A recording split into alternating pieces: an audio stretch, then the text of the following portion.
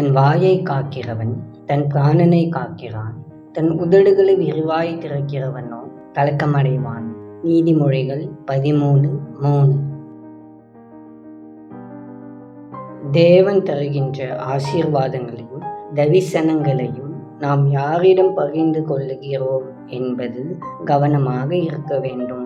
மூட ஞானத்தில் பிரியம் கொள்ளாமல் தன் மனதை வெளிப்படுத்த பிரியப்படுகிறான்.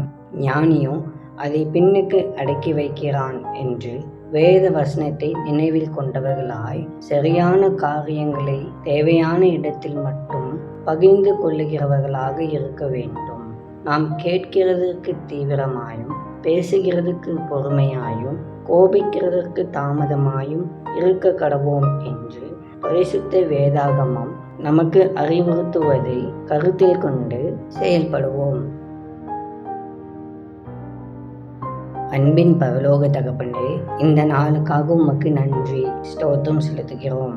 ஆண்டவரே, நாங்கள் வீணாக எல்லாவற்றையும் குறித்து பேசாமல் தேவையானவைகளை மட்டும் பேசுகிறவர்களாக இருக்க எங்களுக்கு கிருபை தந்தருளும். நாங்கள் மூடத்தனமாக இருந்ததை எங்களுக்கு மன்னித்தருளும். தேவனே, நீர் செய்கிற எல்லா நன்மைகளுக்காகவும் நாங்கள் நன்றிகளை செலுத்துகிறோம். நீர் எங்களை ஆசீர்வதித்து வழிநடத்தும்படி வேண்டுகிறோம். இயேசுவின் மூலம் ஜெபிக்கிறோம் பிதாவே, ஆமென்.